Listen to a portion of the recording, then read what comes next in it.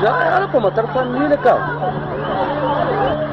Aí, olha o cara batendo aqui, ó. Aqui, ó. Pegaram os caras errados, os dois já foram, cara. Você botar a mão na cabeça. Pode socorrer meu esposo. Eles não fizeram nada. Eles ficaram de rebote. Caso deste menor de 17 anos de idade que foi brutalmente, covardemente chicoteado por 2 seguranças de um supermercado na zona sul do estado de São Paulo. A torcida xingar, pegar no pé é normal, mas começaram com palavras racistas. Preto fedido, seu preto, bando de preto, cambada de preto. Até aí eu ainda fiquei nervoso, mas ainda tava me segurando. Aí quando começou um corinho, aquele corinho de macaco, fizeram rápido e pouco, para não dar tempo de filmar.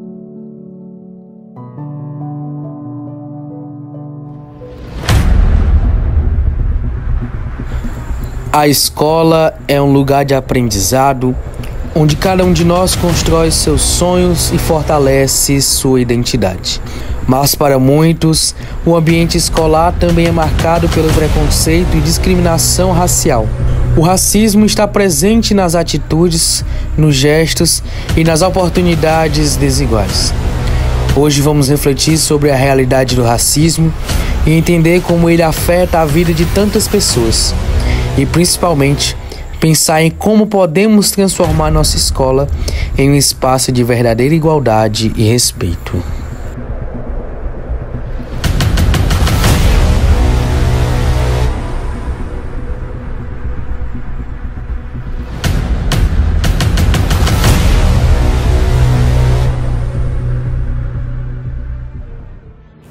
O racismo, como o conhecemos hoje, tem raízes profundas na história da humanidade.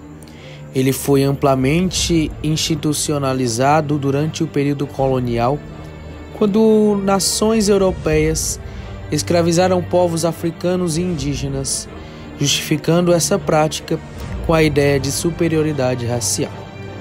No Brasil, o impacto da escravidão durou mais de 300 anos, moldando as relações sociais, econômicas e culturais até os dias de hoje. Mesmo após a abolição da escravatura, em 1888, a desigualdade racial continuou, perpetuando um sistema onde o preconceito se camufla em diversas formas. Bem, o racismo ele tem origens complexas. Desde a antiguidade, a gente pode perceber através de histórias dos nossos livros, ele conta muito sobre estas situações que vêm ocorrendo ao longo dos tempos. E aí a gente, pegando aqui para nosso Brasil, a gente pode perceber o período da escravidão, no qual os negros eles serviam de escravos até a sua libertação, e hoje a gente ainda pode perceber muito isso, né? Ou seja, a cor predominante da pele, muitas vezes, que não quer dizer nada, muitas vezes é tido para outras pessoas como um fator de exclusão. E a cor da pele, ela não quer dizer nada, né? O que diz muito das pessoas são os caráteres e os costumes que elas têm. Quando a gente vai falar de racismo, é um tema muito complexo e mundial, amplo.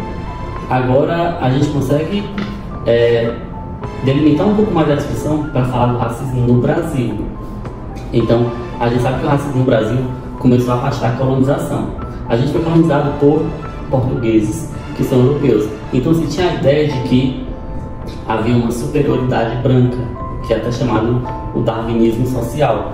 Para falar de racismo, né, ele não pode começar a falar do racismo do nada, porque nós sabemos que nem sempre existiu racismo e que esse comportamento, dessas práticas, eles tiveram um início, tiveram um período, historicamente falando, né?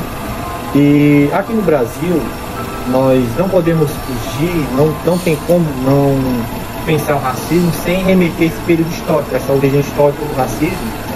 E sendo bem preciso, nós remontamos de forma bem direta e objetiva a escravidão. O racismo, ele tem uma influência profunda nas relações sociais, causando divisão e desigualdade na sociedade. A gente pode enxergar essa divisão, essa desigualdade de várias maneiras na sociedade, nas escolas, no trabalho, na maneira onde as pessoas se relacionam, o psicológico das pessoas, que ela pode afetar de diversas maneiras. Falar um pouco sobre o racismo no Brasil, que é histórico, né, desde a época colonial. Já vem com aquela questão da mão de obra, né, mão de obra dos escravos, dos negros, que vamos supor que até pouco tempo ainda tinha essa questão da luta, né, contra esse processo, né, dos negros não serem mais escravizados, né. Foi um processo histórico, né, que o Brasil perdeu muito com isso. A escola tem um papel fundamental na formação das novas gerações. Mais do que ensinar disciplinas, ela tem a responsabilidade de promover a cidadania e o respeito às diferenças. No entanto, o racismo também está presente no ambiente escolar, seja de forma explícita ou velada. Estudos mostram que alunos negros, indígenas e outras minorias raciais enfrentam maiores taxas de reprovação e evasão escolar, além de serem mais frequentes vítimas de bullying. A escola deve ser um espaço de transformação onde todas as identidades são valorizadas e o respeito pela diversidade é a base do aprendizado. Quando a gente vai ver ali o continente africano, por exemplo, teve algo chamado apartheid. Lá existe uma situação que é assim: existe a praça, por exemplo, que era ocupada pela população branca, e tinha a praça que era ocupada pela população negra. Lá na África, nesse período da apartheid, tinha, por exemplo, o bebedouro que a população branca poderia tomar água e o bebedouro da população negra. Então a gente percebe que havia o Estado dizendo, fazendo uma separação bem incisiva: olha, o local de vocês até aqui e de vocês até aqui. Baseado em quê? Baseado no tom de pele.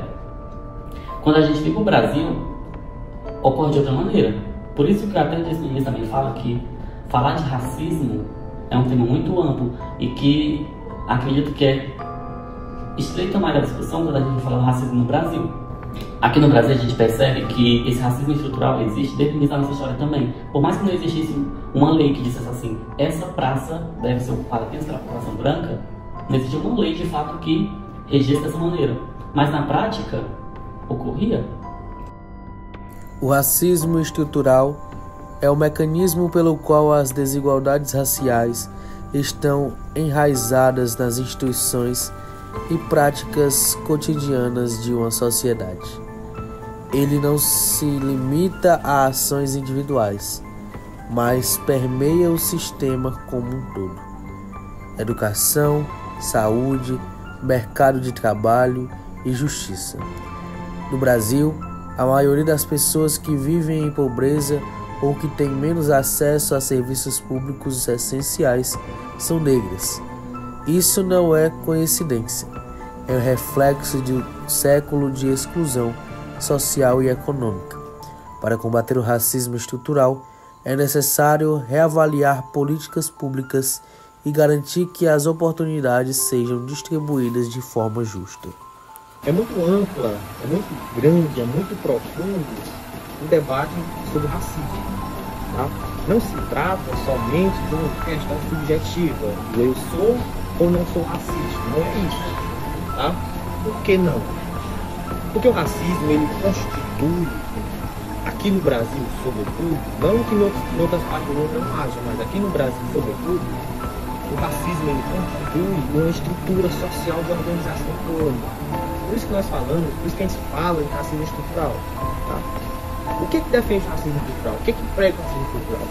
Diferente daquele entendimento costumeiro que nós temos de racismo, que é aquela violência direta, né, ali escancarada, né, a ofensa, a agressão física, o racismo estrutural é pensado de outra forma. Como? É uma forma mais diluída, vamos colocar assim. Um modelo, uma prática racista, mas subentendida, ela não é facilmente percebida. Então é muito importante a gente entender que um branco, um preto, um pardo, enfim, um amarelo, todos são iguais perante a lei. E numa escola, principalmente na escola, não é para ter essa distinção, né?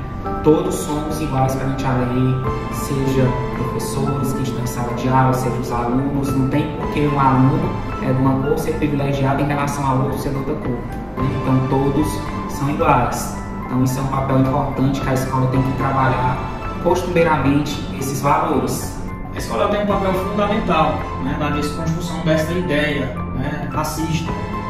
Toda escola ela deve ter o seu projeto político-pedagógico e também através do seu regimento interno ações que façam com que esse tipo, né, de conduta ele seja banalizado, ele seja tirado, né? Então as escolas ela têm um papel fundamental, já que ela educa a sociedade, ela deve fazer ações com jovens para que eles possam viver uma sociedade harmoniosa, na qual, como já falei anteriormente, a cor da minha pele ela não quer dizer sobre o meu caráter, né? Então ela tem esse papel fundamental, através do seu papel pedagógico, fazer com que ações sejam implementadas dentro das escolas, através de projetos, para que a gente possa viver numa sociedade mais justa. O racismo não afeta apenas as vítimas diretas. Ele é prejudicial para toda a sociedade. Ele cria divisões, alimenta o ódio e impede o progresso coletivo. Pesquisas indicam que sociedades mais igualitárias são também mais prósperas e pacíficas. Quando uma parte significativa da população é marginalizada, todos sofrem, pois o desenvolvimento social e econômico se torna limitado. Ao combatermos o racismo, estamos não apenas defendendo direitos humanos, mas também construindo um futuro melhor para nós. Na questão psicológica, a gente pode ver um exemplo. O aluno, dentro de uma sala de aula comum, ele vai começar a sofrer racismo, vai ser tratado por outros alunos de uma forma diferente por conta da cor de pele dele, vai sofrer algum tipo de insulto, brincadeiras, né, de mau gosto. Onde é que isso vai impactar? Aquele aluno ele vai estar tão afetado com aquele tipo de brincadeira que vai influenciar o psicológico dele. Onde é que isso vai dar? Notas baixas, né, o aluno não vai conseguir mais se expressar na sala de aula, conseguir conversar com os outros colegas, fazendo com que muitas vezes esse aluno ele saia até da sala de aula, né, saia da escola, por conta de uma dessas maneiras que o racismo influencia nessas relações. Nos últimos anos, o termo racismo reverso tem ganhado destaque em algumas discussões, mas o conceito precisa ser analisado com cautela. O racismo não é apenas preconceito ou ofensa. Ele envolve um sistema de poder que historicamente favorece um grupo racial sobre o outro. No caso do Brasil e de muitas partes do mundo, esse sistema sempre beneficiou pessoas brancas. Portanto, enquanto preconceitos individuais podem ocorrer em qualquer direção, o racismo estrutural que marginaliza e oprime é um fenômeno que atinge principalmente pessoas negras, indígenas e de outras minorias. O verdadeiro desafio está em entender como o racismo funciona e luta por uma sociedade mais justa. Eu sou uma pessoa branca, em que inclusive eu na época de escola eu era mais branco ainda. E a gente sabe que em época de escola existe muito bullying, que não é interessante, mas existe bullying. E ali na década de 90, quando eu era adolescente, quando eu estudava, existia muito bullying também.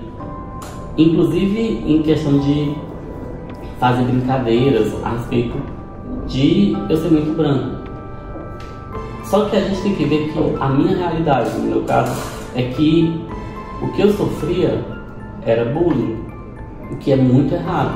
Eu não sofria racismo. Então, o racismo reverso, ele não existe. É conto da carochinha, certo, pessoal? Essa ideia de racismo reverso, ela vem muito... A gente pode trabalhar da seguinte maneira. Vamos pensar. Algum africano foi lá na Islândia, por exemplo, e pegou um branco que morava lá e colocou ele para trabalhar de forma escrava, tirou toda a dignidade dele, colocou ele para trabalhar nas plantações, tirou ele da sua casa, da sua família e levou ele para outro lugar? Então, a resposta é não. certo? Então, quando a gente está falando desse racismo, a gente vai trabalhar um grupo, né, que sofreu esse preconceito, que foi tirado da sua casa, que foi colocado de forma escrava para trabalhar, sem direitos, sem qualidade de vida. E a gente, historicamente, a gente sabe que isso, né, aconteceu com os negros, né, que vinham sendo escravizados da África para cá para trabalhar e de forma escrava. Isso deixou raízes profundas, né, no nosso país. Até hoje a gente vê que negros não ocupam, de maioria, não ocupam cargo de superioridade, certo? São as pessoas que mais morrem no Brasil, são assassinadas. Então, para existir um racismo reverso, a raça branca, né, teria que ter passado por tudo que a nossa raça, a raça negra, passou, por toda essa exploração, por todo esse sofrimento, por essa escravidão e etc. O racismo não é uma realidade distante, nem uma página do passado. Ele está presente em nossa sociedade, em nossas instituições e muitas vezes em nossas atitudes diárias. Mas ele também pode ser combatido. E o primeiro passo é o conhecimento através da educação, do diálogo e da empatia. Podemos desconstruir o preconceito e criar um futuro mais justo. Na escola, aprendemos que o respeito ao próximo deve ser o fundamental de todas as relações. Aqui, acreditamos que as diferenças nos enriquecem e que a diversidade é uma força. Cada aluno, cada professor, cada pessoa tem o poder de fazer a diferença, seja com pequenas atitudes ou grandes ações. Não podemos mudar o passado, mas podemos transformar o presente para que o futuro seja mais inclusivo. Que as gerações que venham a seguir não precisem lutar contra os mesmos preconceitos que hoje enfrentamos. E que a cor da pele seja vista apenas como mais uma expressão da riqueza humana, e não como uma barreira. O racismo é uma ferida que dói em toda a sociedade, mas juntos, com coragem e solidariedade, somos capazes de curá-la. A mudança começa aqui, agora, dentro de cada um de nós.